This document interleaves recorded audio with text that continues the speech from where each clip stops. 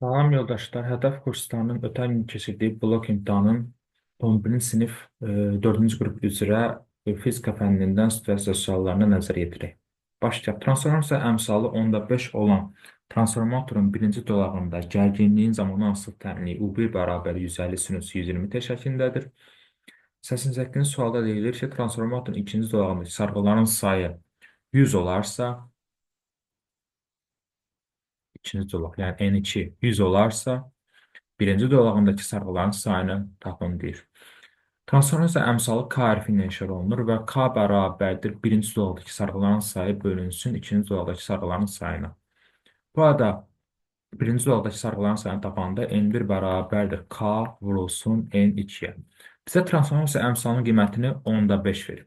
10-da transformasiya əmsalı 10/5-dirsə, 10/5-i vuracağım ikinci dolaqdakı sarğıların sayına 100-ə, cavabımız eləcək 50. Deməli, birinci dolaqdakı sarğıların sayı 50-dir. Keçək növbəti sualımıza. 89. Transformatorun ikinci dolağına gərginlik zamanının asılılıq tənliyini yazın deyir. Transformasiya əmsalı bərabərdir. Birinci dolaqdakı gərginlik bölünsün ikinci dolaqdakı gərginlik. Burada birinci gərginliyin qiyməti 150 verilib. Transformasiya əmsalının qiyməti dedik ki, 10/5-dir. Onda U2-ni tapsaq, U2 bərabərdir U1 bölünsün K.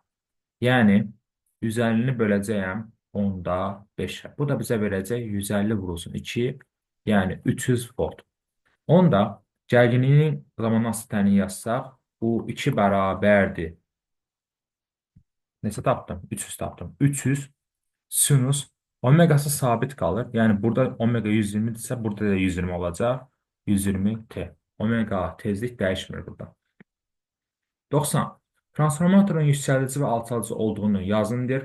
Transformasiya əmsalı 10/5 olduğu üçün və transformasiya əmsalının qiyməti 1-dən kiçik olduğu üçün bu transformator yüksəldiricidir.